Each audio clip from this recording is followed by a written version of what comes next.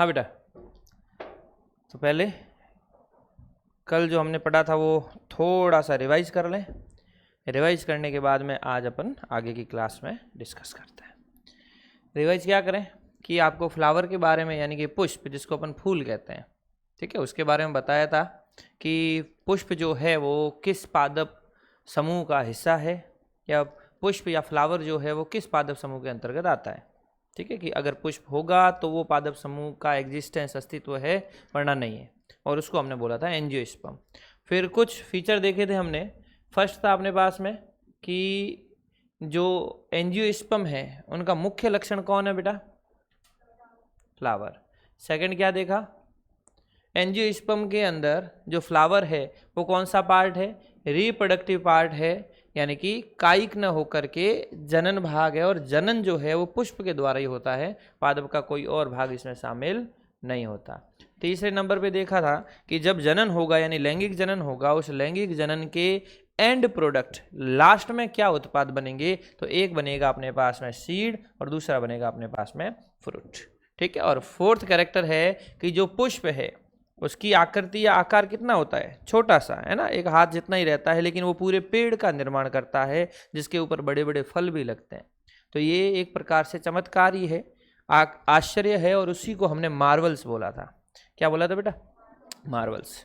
ये चारों जो पॉइंट है वो अपनी एनसीईआरटी जहाँ स्टार्ट हो रही है वहीं दे रखे हैं।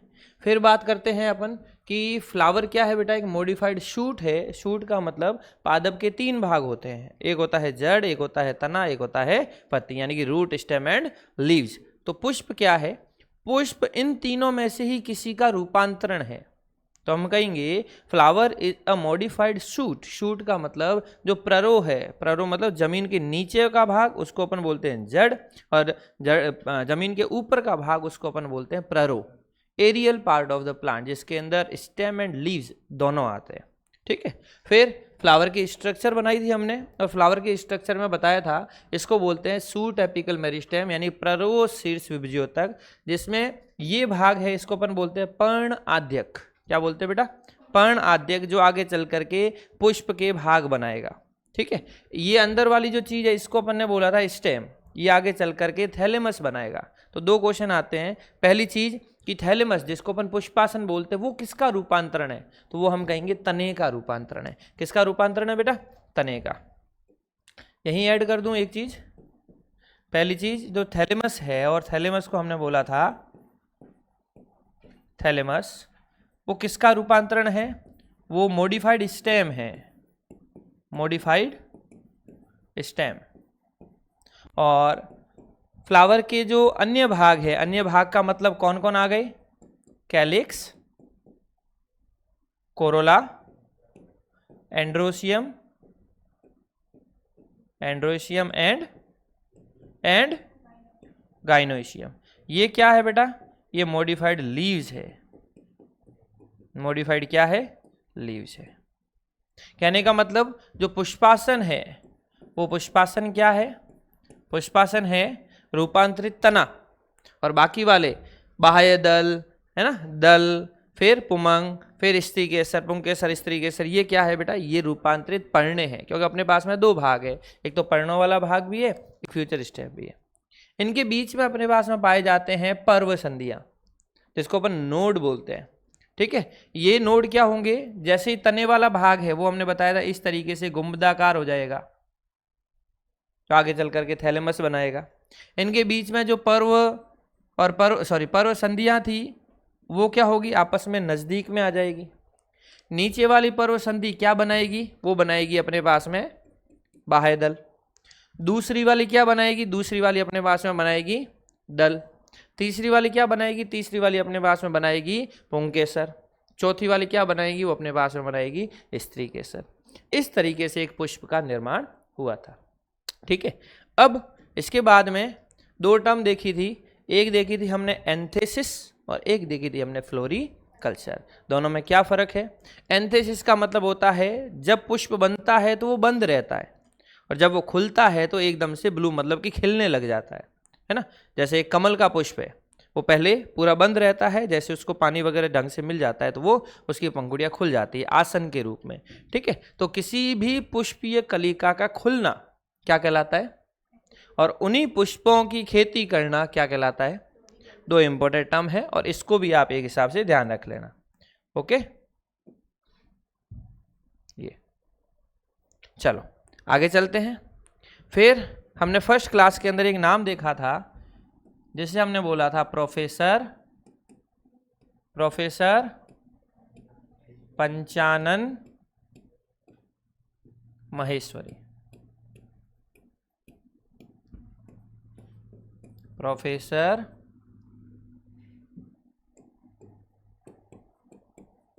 पंचानन महेश्वरी, क्या जानते हो इसके बारे में।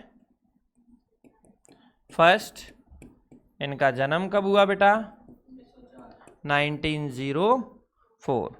कहाँ हुआ, जयपुर राजस्थान में।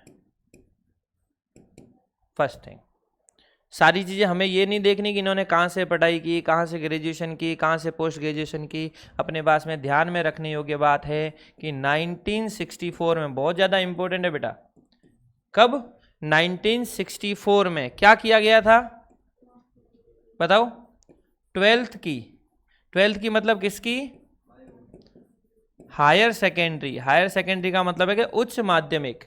इसकी बायोलॉजी की बुक बनाई गई थी। किसकी बुक थी, जीव विज्ञान की पुस्तक जो है वो छपाई गई थी। और ये किसके नेतृत्व में थी, प्रोफेसर पंचानन महेश्वरी के नेतृत्व में। क्या बोले कि प्रोफेसर पंचानन महेश्वरी, इन्हीं के नेतृत्व में, इन्हीं की गाइडेंस में इस पुस्तक का क्या हुआ था बेटा, प्रकाशन हुआ था। इस पुस्तक को क्या किया गया था, छपवाया गया था। ठीक है, चलो जहां से पॉसिबिलिटी बनती है वहां वाले क्वेश्चन लिख रहे हैं। और इन्होंने क्या किया था, और इन्होंने परागकण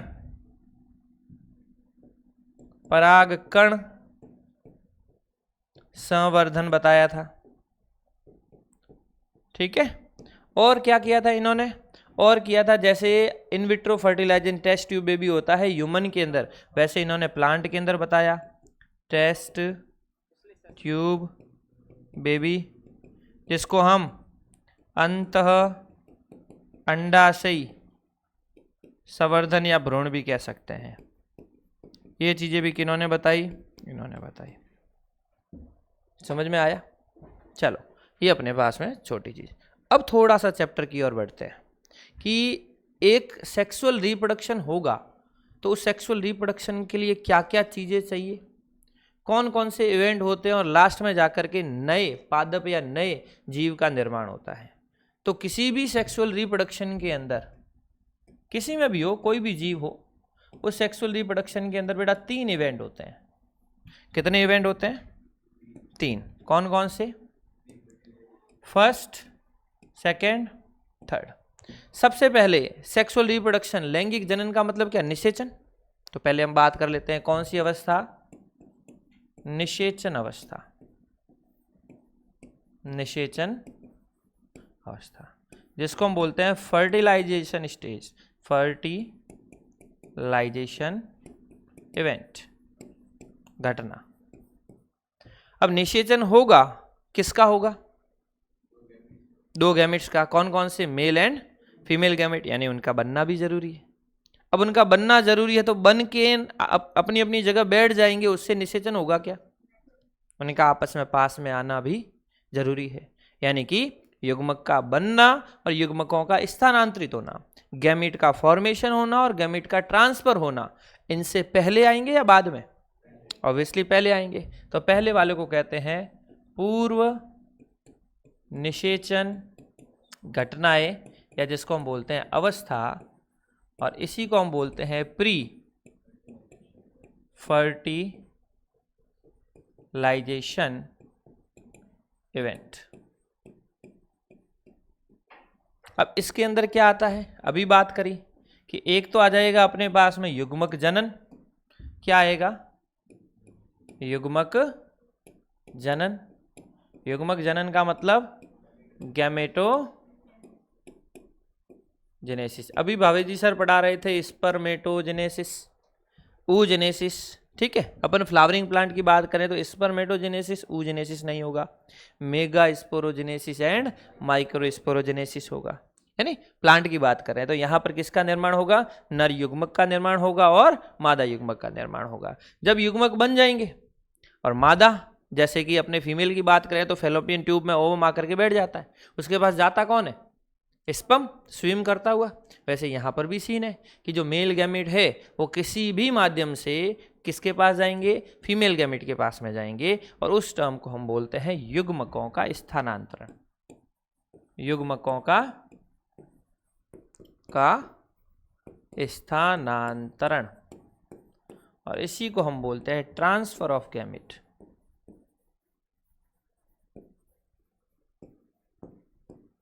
ट्रांसफर ऑफ गैमेट्स। ये ट्रांसफर ऑफ गैमेट्स अलग अलग प्लांट ग्रुप में अलग अलग तरीके से होता है। जैसे एल्गी की, ब्रायोफाइट की, टेरिडोफाइट की, तीनों की बात करें, आपने सुना होगा कि इनमें निषेचन के लिए जल की आवश्यकता होती है, इनमें फर्टिलाइजेशन के लिए वाटर की रिक्वायरमेंट होती है। एल्गी तो एक्वेटिक हैबिटेट ही है, जलीय पादपी तो है, तो उनमें तो जल है ही। ब्रायोफाइट और टेरिडोफाइट, ब्रायोफाइट स्थल पे रहते हैं, यानी कि हम बोले टेरेस्ट्रियल एरिया में रहते हैं, लेकिन फर्टिलाइजेशन के लिए कहाँ जाते हैं, जल में, इसलिए उनको हमने क्या बोला था, एम्फीबियंस ऑफ प्लांट किंगडम, पादप जगत के उभयचर बोला था ब्रायोफाइट को। टेरिडोफाइट में भी सेम चीज है, टेरिडोफाइट मोस्टली स्थलीय है, लेकिन फर्टिलाइजेशन के लिए उनको भी कहाँ जाना पड़ता है, जल में। तो युग्मकों के स्थानांतरण के अलग अलग तरीके हैं, एल्गी में, ब्रायो में, टेरिडो में, इनमें तो जल में होता है।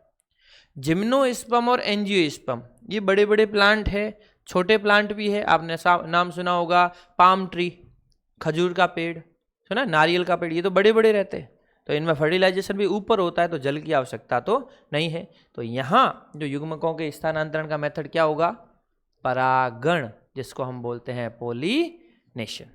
ठीक है, जिम्नोस्पर्म में भी रहता है और एंजियोस्पर्म में वेल डेवलप रहता है, वो अपन आगे डिटेल में देखेंगे। फिर बात करें निषेचन अवस्था की, और निषेचन अवस्था में कौन आ जाता है कि नर युग्मक एंड मादा युग्मक का मिलना, मेल गैमेट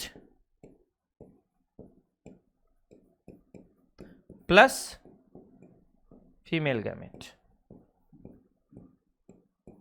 और इससे क्या बनेगा, क्या बनेगा बेटा, युग्मनज, या जिसको हम क्या बोलते हैं, जायगोट बनेगा। अब निषेचन हो गया, अब निषेचन के बाद में कौन सी घटनाएं आएगी, उनको हम बोलेंगे पश्च निषेचन घटनाएं, या अवस्था कह सकते हैं, और इसी को हम बोलते हैं पोस्ट फर्टिलाइजेशन इवेंट या स्टेज। पोस्ट फर्टिलाइजेशन का मतलब कौन कौन सी अवस्था, सबसे पहले किसका निर्माण होना, किसका बनना, युग्मनज, जिसको हम क्या बोलते हैं, जाइगोट। जाइगोट से क्या बनेगा, भ्रूण, जिसको हम बोलते हैं एम्ब्रियो, एम्ब्रियो का बनना फर्स्ट थिंग। सेकंड, एक साइड में तो युग्मनज बनेगा, दूसरी साइड में कौन बनेगा, प्राइमरी एंडोस्पर्म न्यूक्लियस, प्राथमिक भ्रूणपोष केंद्रक, उससे बनी कोशिका, और लास्ट में क्या बनेंगे, भ्रूणपोष, और उसी को हमने बोला एंडोस्पर्म। और जब ये चीजें बन गई तो किसका निर्माण होगा, बीज का, जिसको हम बोलते हैं सीड, और किसका निर्माण होगा, फल का, जिसको हम बोलते हैं फ्रूट। यही तीन इवेंट है जो अपने इस रिप्रोडक्शन इन फ्लावरिंग प्लांट, भले पुष्प की बात करो, भले आप मानव की जो सर चैप्टर करवा रहे हो उसमें भी यही होगा, फर्स्ट स्पर्मेटोजेनेसिस एंड oogenesis होगा ना, उसके बाद में मेल गैमेट का ट्रांसफर होगा फेलोपियन ट्यूब तक, उसके बाद में क्या होगा, जाइगोट बनेगा, जाइगोट से क्या बनेगा, एम्ब्रियो बनेगा, एंडोस्पर्म वहाँ बनता नहीं है, फल बनता नहीं है, बीज बनता नहीं है, लेकिन 9 मंथ का पीरियड तो रहता है, जिसको जेस्टेशन पीरियड कहते हैं। ठीक है, फिर पार्चुरेशन पीरियड होगा, जिसके अंदर एम्ब्रियो जो है वो 9 मंथ तक जो फीटस है वो एक नए बेबी में डेवलप होता है, और लास्ट में उसका जन्म हो जाता है। तो चीज़ें तो एक ही रहेगी, प्री, फिर फर्टिलाइजेशन, फिर पोस्ट। ह्यूमन में भी सेम है, अपने प्लांट में भी सेम है, बस थोड़े फर्क रह जाते हैं ह्यूमन में और प्लांट के रेफरेंस में। अब इन्हीं 3 इवेंट के बेस पे हम अपने पूरे चैप्टर का एक ओवरव्यू बनाते हैं। ओवरव्यू का मतलब एक चार्ट बनाते हैं कि हमें इस चैप्टर में पढ़ना क्या है। ठीक है, लैंगिक जनन की बात कर रहे हैं तो बताओ इस फ्लावर में से कौन से भाग काम में आएंगे। ये फ्लावर है, इसमें से लैंगिक जनन में कौन काम आता है? ये अपने पास में सेपल काम आएंगे, पेटल आएंगे, कैलिक्स आएगा या कोरोला आएगा। चलो इसको हम इस रूप में लेते हैं। 5वीं स्लाइड क्या है बेटा? फ्लावर। इस फ्लावर के कितने पार्ट बेटा? 2। कितने? 2, पहला और दूसरा। पहले को हम क्या बोलें? पहले को हम बोलेंगे सहायक अंग। क्या बोलेंगे बेटा? सहायक अंग। और दूसरे को बोलेंगे जनन अंग। सहायक का मतलब होता है बेटा एसेसरी ऑर्गन, और ये बोलेंगे रिप्रोडक्टिव ऑर्गन। सहायक में कौन कौन आएंगे बताना जरा। यस, एक तो आ जाएगा कैलिक्स और दूसरा आ जाएगा कोरोला। कैलिक्स को क्या बोलूं? बाह्य दल। इसको क्या बोलूं? यानी कि बाह्य दल पुंज, और इसको बोल देते हैं दल पुंज। ओके, इधर कौन आएगा जनन अंग में? एक तो आ जाएगा एंड्रोशियम और एक आ जाएगा गाइनोशियम। एंड्रोशियम और सेकंड आ जाएगा गाइनोशियम। ठीक है, यानी कि पुमंग और जायंग। फिर बात करते हैं कैलिक्स। इकाई यानी यूनिट कौन सी? इसको बोलेंगे हम सेपल। इसकी यूनिट बोलेंगे पेटल। इसकी बोलेंगे स्टेमन, जिसको बोलते हैं पुंकेसर। क्या बोलते हैं बेटा? पुंकेसर। इसकी कार्पल, जिसको बोलेंगे स्त्री केसर, या हम बोलेंगे इसको अंडप। पिस्टिल भी कह सकते हैं, कार्बल भी कह सकते हैं, गाइनोशियम भी कह सकते हैं। लेकिन तीनों टर्म कहाँ कहाँ यूज आती है ये अपन आगे इसको डिटेल में देखते हैं। ठीक है, इसको हम स्त्री केसर भी कह सकते हैं। अब नेक्स्ट चीज अपने पास में आती है कि इनके काम क्या क्या है। पहली चीज, सेपल कहाँ काम आएगा कार्तिक? फंक्शन। बाहर की तरफ कलरफुल पंखुड़ियां नहीं, जो ग्रीन कलर की स्ट्रक्चर नीचे लगी रहती है वो कहाँ काम आता है? सुरक्षा प्रदान करने में। किसको? फ्लावर को। सुरक्षा प्रदान में, प्रोटेक्शन प्रोवाइड करवाने में काम आता है। कोई दिक्कत? पेटल कहाँ काम आएगा? अट्रैक्शन में काम आएगा। अट्रैक्ट करने के बाद में रिजल्ट क्या रहेगा? पॉलिनेशन या परागण। तो हम लिखेंगे इसका फंक्शन है फर्स्ट अट्रैक्शन, और अट्रैक्शन से होगा क्या? क्योंकि मेन काम यही चाहिए। अगर पॉलिनेटर, जिसको अपन बोलते हैं परागण करने वाले, कीट है, हवा है, पानी है, इंसेक्ट है, बर्ड्स है, ह्यूमन है, ये नहीं होंगे तो ये भाग भी किसी काम के नहीं है। ओके, सेल्फ होता है यानी कि फ्लावर बंद हो तो सेल्फ हो जाएगा, वरना क्रॉस हो जाएगा। इसकी बात करें एंड्रोशियम की, तो एंड्रोशियम है क्या बेटा? मेल पार्ट है। कौन सा पार्ट है? नर भाग है। नर भाग। और नर भाग है तो इसके अंदर भी अगर भाग को डिसाइड करें तो सबसे ऊपर कौन रहता है?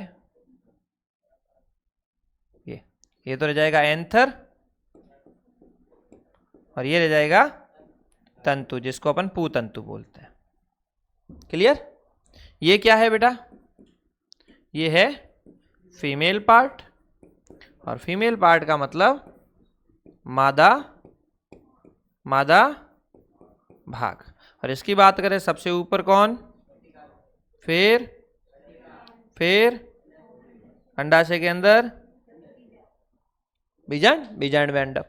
तो इसको हम बोलेंगे वर्ती या स्टिग्मा, ये स्टाइल, ये ओवरी, और ओवरी के अंदर ओव्यूल या बीजांड। पहले हम डिस्कस कर चुके हैं, तो हिंदी इंग्लिश एक ही बात है, कोई दिक्कत नहीं है। ये स्लाइड समझ में आई बेटा? तो जो मेन जनन में भाग लेंगे वो अपना ये वाला पोर्शन है, ये इनकी हेल्प करेंगे। इनके बगैर इनका भी कोई एग्जिस्टेंस या अस्तित्व नहीं है, इनके बगैर इनका भी कोई अस्तित्व नहीं है, कि पॉलिनेशन करने वाले कोई है ही नहीं, जिनमें क्रॉस पॉलिनेशन हो रहा है, तो ये भाई साहब भी बैठे रहेंगे और ये भी बैठी रहेगी। और अगर ये तो है, ये है ही नहीं, तो इनका भी कोई काम नहीं है। तो कुछ पुष्प, कुछ फ्लावर बंदे होते हैं जिनको स्टेराइल कहते हैं, है ना। तो स्टेराइल कलरफुल होते हैं, उनके अंदर गुलाबी पंखुड़ियाँ रहती है, लेकिन मेल और फीमेल पार्ट है ही नहीं, तो वो फ्लावर किस काम का, कोई काम का नहीं, बस अट्रैक्शन के काम का है, सजावटी पुष्पों में काम आता है। ये स्लाइड समझ में आई? अब इन्हीं को बेस बनाते हुए हम एक ओवरव्यू देखते हैं। अपने पास में फर्स्ट स्ट्रक्चर है क्या बेटा? देखो सारी चीज अभी तक फ्लावर के इर्द गिर्द घूम रही है, क्यों? क्योंकि फ्लावर नहीं होगा तो अपने पास में इस चैप्टर का भी कोई मतलब नहीं है। पुष्पीय पादपों में है क्या? जनन है किसमें? पुष्पों में। तो पुष्प की स्ट्रक्चर हमने देख ली। अब इसकी प्रक्रिया को, पूरे चैप्टर को पहले एक चार्ट के हिसाब से देखते हैं। फ्लावर के अंदर मेन पार्ट कौन सा? मेल एंड फीमेल, राइट, यानी कि नर भाग एंड मादा भाग। नर भाग के कितने भाग? 2। कौन कौन से? पुमंग एंड पुतंतु, यानी कि एंथर एंड फिलामेंट। फीमेल के भाग कौन से? कौन कौन से? वर्तिकाग्र, वर्तिका, अंडाशय। चलो ओके। अब पुमंग की जो ऊपर वाली संरचना देखें तो उसके अंदर ऊपर और नीचे, पूतंतु के ऊपर पूरी स्ट्रक्चर को बोला जाता है पोलन सेक, या जिसको अपन बोलते हैं पराग कोश। उसी को हम बोलते हैं लघु बीजाणु धानी, और इधर आ जाएगी गुरु बीजाणु धानी। चलो बात करें तो पराग कोश, हाँ आप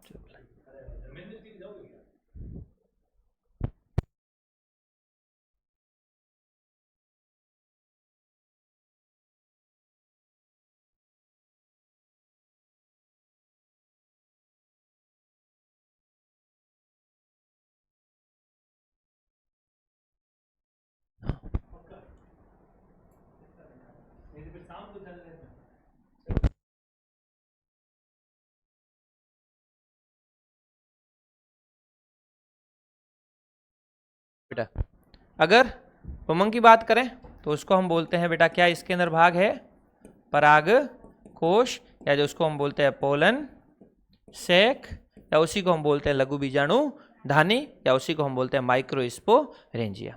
परागकोश की संरचना तो देखी, 4 कॉर्नर वाली भाग।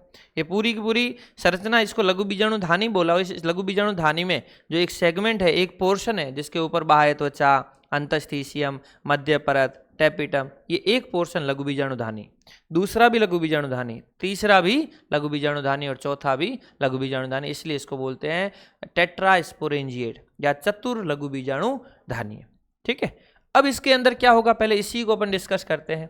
लघु बीजाणु धानी में होगी क्या बेटा? लघु बीजाणु मात्र कोशिका, लघु बीजाणु इंग्लिश में क्या बोलेंगे? पोलन मदर सेल या microspore mother cell, microspore mother cell. Okay. अब इधर बात करते हैं। इधर अपने पास में क्या होगा? जैसे उधर लघु बीजाणु धानी थी, इधर क्या होगी? गुरु बीजाणु धानी, जिसको हम बोलते हैं बीजांड। क्या बोलते हैं बेटा?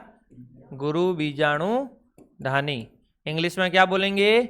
मेगास्पोरेंजिया, और उसी को हम बोलते हैं ओव्यूल। कोई दिक्कत? आगे इस गुरु बीजाणु धानी में भी कौन होगी बेटा? गुरु बीजाणु मात्र, या इंग्लिश में क्या बोले? मेगास्पोर मदर चलो, यहां हो गई माइक्रोस्पोर मदर सेल, यहां हो गई मेगास्पोर मदर सेल। इनमें क्या होगा? इनमें होगा अपने पास में, इनमें क्या होगा? मियोसिस। मियोसिस का मतलब कौन सा विभाजन? कौन सा विभाजन लक्ष्मी? अर्धसूत्री विभाजन। और अर्धसूत्री विभाजन से क्या होगा? किसका निर्माण होगा? युग्मकों का। इससे बन जाएगा लघु बीजाणु, राइट, और इससे बन जाएगा गुरु बीजाणु। गुरु बीजाणु। उधर बन जाएगा माइक्रोस्पोर और इधर बन जाएगा मेगा स्पोर। Got it? अब माइक्रोस्पोर में फिर चेंजेज होंगे, तब लास्ट में क्या बनेगा? पराग कण, जिसको हम बोलेंगे पोलन ग्रेन। कैसे होता है वो अपन डिटेल में बाद में वैसे ही देखने वाले हैं, ठीक है। एक हो गया पराग कण। अब आगे देखो, यहां गुरु बीजाणु है और गुरु बीजाणु से क्या बनेगा बेटा? गुरु बीजाणु से बनेगा एम्ब्रियो सेक या भ्रूण कोश। क से कबूतर, एम्ब्रियो सेक। देखना हमने क्या बोला अभी तक, अपन इधर हमने मेल गैमेट का निर्माण किया, क्योंकि पराग कण के अंदर कौन होंगे? पराग कण के अंदर होंगे 2 मेल गैमेट, 2 नर युग्मक। इस एम्ब्रियोसेक में 3 कोशिकाएं ऊपर, 3 कोशिकाएं नीचे, 1 कोशिका बीच में। नीचे जो 3 कोशिकाएं उसमें बीच वाली कौन? अंड कोशिका। बीच में जो है उसको हमने क्या बोला था? सेंट्रल सेल या पोलर न्यूक्लियाई, बीच वाली जो सेल बनी थी जिसमें 2 केंद्रक थे, ठीक है। डिटेल में आगे देखेंगे। तो यहां पर अपन को 2 चीजें मिली। एक तो मिली कौन? एग सेल, अंड कोशिका। दूसरी कौन मिली? 2n केंद्रीय कोशिका। यही मिली बेटा। इसको हम कहते हैं प्री फर्टिलाइजेशन इवेंट। ये जो डिटेल में हमने देखा है ये सारा किस में आ रहा है? प्री फर्टिलाइजेशन में। युग्मक जनन हुआ, अभी तक युग्मकों का स्थानांतरण तो किया ही नहीं। यहां पर अपने पास में किसका निर्माण हुआ है? अभी तक तो नर भाग और मादा भाग बने हैं, मतलब कि हम पूर्व निषेचन घटनाओं में चल रहे हैं, और पूर्व निषेचन में भी अभी हम चले हैं युग्मकों के निर्माण में। अब आगे चलते हैं युग्मकों के स्थानांतरण में, और युग्मकों के स्थानांतरण में चलें। ये लो, युग्मकों के स्थानांतरण में चले तो हमें नर भाग को मादा भाग के पास में पहुंचाना पड़ेगा। पहुंचाने के लिए एक ही प्रक्रिया है, उसे क्या कहते हैं? पॉलिनेशन। चलो आगे चलते हैं। इसके बाद में दोनों को मिला करके इवेंट आ जाएगा, और उस इवेंट को हम बोलेंगे परागण, या ये है परागण और ये क्या है? अलग अलग है। पराग कण व्यक्ति है, परागण वो व्यक्ति जहां जाएगा, जो प्रक्रिया करेगा वो परागण है, ठीक है। पॉलिनेशन कितने प्रकार का? कौन कौन सा? Self pollination and cross pollination. इसको भी बाद में डिटेल में देखेंगे। स्वपरागण भी 2 प्रकार का। कौन कौन सा? स्वयुग्मन एवं सजात पुष्पी, यानी ऑटोगैमी एंड गिटोनोगैमी। पर परागण का दूसरा नाम जीनोगैमी, ठीक है। डिटेल में आगे देखेंगे। इनके लिए भी अनुकूलन होंगे, इनके लिए भी माध्यम की आवश्यकता रहेगी, ठीक है। परागण के बाद में अब अपने पास में दूसरा इवेंट आता है, और उस इवेंट को हम कहते हैं निषेचन। ये सेकेंड इवेंट। यहां तक अपना पहला इवेंट खत्म हुआ है, तो इतना डिटेल में हमें जानना पड़ेगा, ठीक है, क्योंकि ऑब्जेक्टिव क्वेश्चन है, कहीं से भी बन सकता है। सब्जेक्टिव में तो आपके पास में क्या था कि या तो हम पढ़े स्पर्मेटोजेनेसिस या पढ़े oogenesis, दोनों में से एक आ जाएगा और अपने बोर्ड में आ गया, ठीक है। या तो हम पढ़े कि भाई भ्रूणोद्भवन यानी भ्रूण का निर्माण, या पढ़े भ्रूणपोष, दोनों में से एक पूछा जाता है, ठीक है। या तो हम पढ़े स्वस्थान है या पढ़े हम बहिस्थान है, क्योंकि आप स्किप करते हो कि नहीं करते? या तो शुक्राणु की पूछेंगे या अंडाशय की पूछेंगे, दोनों एक साथ में पूछ नहीं सकते। तो सब्जेक्टिव में हम टॉपिक स्किप कर सकते हैं, ऑब्जेक्टिव में नहीं कर सकते। ऑब्जेक्टिव में क्या रहेगा कि भाई दोनों से एक एक सवाल पूछ लिया, फिर क्या करेंगे? तो पढ़ना तो डिटेल में पड़ेगा और पूरा पड़ेगा। तो ये इवेंट जो है वो सिर्फ प्री फर्टिलाइजेशन इवेंट में है। यहाँ कौन सा इवेंट आया? निषेचन। पश। और यहां एक प्रक्रिया होगी, इधर ही लिख देता हूं, और यहां एक प्रक्रिया होगी, इसको हम बोलेंगे निषेचन के अंदर द्वि और ये डबल फर्टिलाइजेशन कहते हैं जिसको। ये इस एंजियोस्पर्म का मेन कैरेक्टरिस्टिक फीचर है, डबल फर्टिलाइजेशन। और इसको हम बोलेंगे त्रिक शल्यन, इसको हम बोलते हैं ट्रिपल फ्यूजन। डबल फर्टिलाइजेशन में क्या होगा, दोनों में से एक मेल गैमेट किससे मिलेगा, अंड कोशिका से, तो इसमें होगा एक मेल गैमेट प्लस एक फीमेल गैमेट। फीमेल गैमेट का मतलब कौन, अंडा, मेल का मतलब कौन, नर, एक मिनट बेटा, नर युग्मक। तो ये पहली प्रोसेस डबल फर्टिलाइजेशन के अंदर, जिसको हमने बोला सिनगैमी, या इसी को बोलते हैं अपन सत्य निषेचन। क्या बोलते हैं, सत्य निषेचन। ये हुआ पहला निषेचन। क्या हुआ बेटा, पहला निषेचन। अब क्या बचा इधर अपने पास में, दूसरा मेल गैमेट, और इधर अपने पास में क्या बची, एक कोशिका। तो दूसरा जो मेल गैमेट है वो इसके साथ में मिलेगा, यहां पर ये सेकंड लिख रहा हूं बेटा, दो नहीं, सेकंड मेल गैमेट किसके साथ में मिला, 2n केंद्रीय कोशिका के साथ में, सेल के साथ में, और क्या बना लिया, भ्रूणपोष बनेगा, PEN बनेगा, फिर PEC बनेगा, अपन बात करते हैं भ्रूणपोष बन गया। तो देखो बेटा, एक निषेचन तो ये हो गया, दूसरा निषेचन ये हो गया, दोनों होने के कारण हम इसको क्या कह रहे हैं, निषेचन कितनी बार हुआ, 2 बार हुआ, इसलिए इसको द्विनिषेचन कह रहे हैं। दूसरा वाला जो निषेचन है उसमें कितने केंद्र का मिलन हो रहा है, एक तो ये एक, और ये कितने, 2, 1 और 2 कितने हो गए, 3, इसलिए इसको क्या बोला जाता है, इसलिए इसको थोड़ा सा अलग से पढ़ते हैं। निषेचन रियल में कितने हैं, इसलिए क्या बोला इसको, द्विनिषेचन। और दूसरा जो निषेचन है इसको हम क्या बोल रहे हैं, त्रिक शल्यन या ट्रिपल फ्यूजन, इसको अपन बोल देते हैं सिनगैमी। ओके, और नर और मादा, यहां पर निषेचन घटना कंप्लीट हो जाती है। जब नर और मादा दोनों मिलते हैं तो किसका निर्माण होता है, जाइगोट। ये लो, यहां से क्या बना बेटा अपने पास में, युग्मनज। युग्मनज से क्या बनेगा, भ्रूण। तो पहले बना युग्मनज, युग्मनज बन करके बैठ जाएगा, फिर इन दोनों का मिलन होगा और क्या बनेगा, PEN बनेगा, PEN से PEC बनेगा, PEC से क्या बन जाएगा, भ्रूणपोष बन जाएगा। मतलब अपने पास में युग्मनज बनने के बाद में भ्रूणपोष बनेगा, और भ्रूणपोष बन के रह जाएगा, फिर कौन बनेगा, और यहीं तक के इवेंट को हम निषेचन कहते हैं। और आगे भ्रूण का बनना, भ्रूणपोष का बनना, इसका मतलब अंडाशय भी क्या हो गया बेटा, फर्टिलाइज हो गया, निषेचित हो गया। अंडाशय, ये सारी चीजें कहाँ हो रही बेटा, अंडाशय में तो हो रही है, परागनली आएगी, इसमें एक अंड कोशिका के साथ में मिलेगी, ये है कहाँ, नीचे अंडाशय में तो है, अंडाशय में कौन है, बीजांड है। मतलब बीजांड भी निषेचित हो गया और अंडाशय भी निषेचित हो गया, और बीजांड निषेचित होकर के क्या बनाएगा, क्या बनाएगा, और उसके चारों तरफ कौन है, अंडाशय, और अंडाशय क्या बना देगा, ये अपने पास में पोस्ट फर्टिलाइजेशन इवेंट, ये फर्टिलाइजेशन इवेंट, ये प्री फर्टिलाइजेशन इवेंट। समझ में आया, एक बार वापस देखें। देखो, फ्लावर के कितने भाग, मेल एंड, मेल भाग में कौन कौन से, पुमंग एंड पू तंतु। फीमेल में कितने, वर्तिकाग्र, वर्तिका एंड अंडाशय। पुमंग के अंदर ऊपर वाली संरचना को अपन बोलते हैं परागकोश, या उसको बोलते हैं लघु बीजाणुधानी, या पोलन सैक, या माइक्रोस्पोरेंजिया। लास्ट ईयर ये क्वेश्चन पूछा था कि भाई पोलन सैक का स्ट्रक्चर बनाओ, यानी माइक्रोस्पोरेंजिया का सिर्फ डायग्राम बनाना था, एक तरफ वाले घोड़े को समझाना था।